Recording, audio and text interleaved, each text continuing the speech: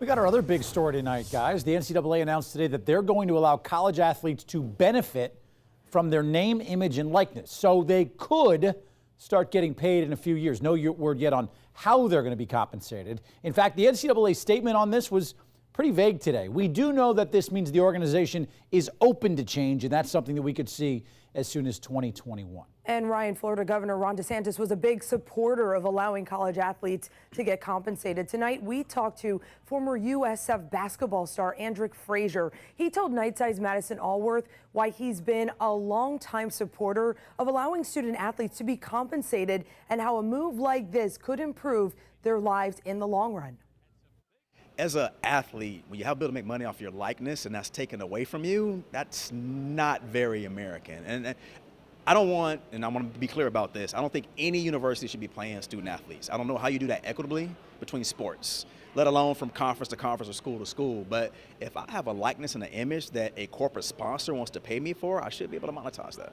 People talk about life after sports. I think this can be a pathway and an avenue for a lot of student athletes to understand how they can make money and provide back for their families when the ball stops bouncing. Andrick, very well spoken.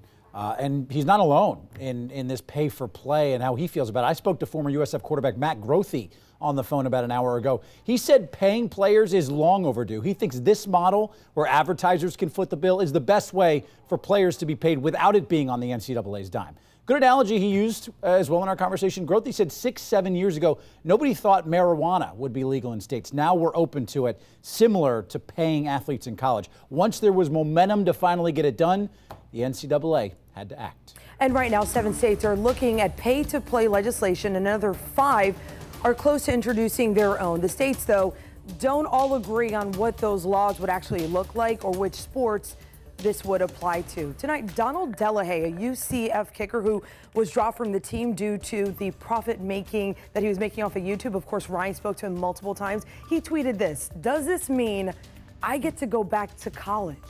But not everyone is a fan of this. North Carolina Senator Richard Burr suggested taxing the scholarships of student athletes who choose to cash in. You can join the conversation. Just find that story on our 10 News WTSP Facebook page.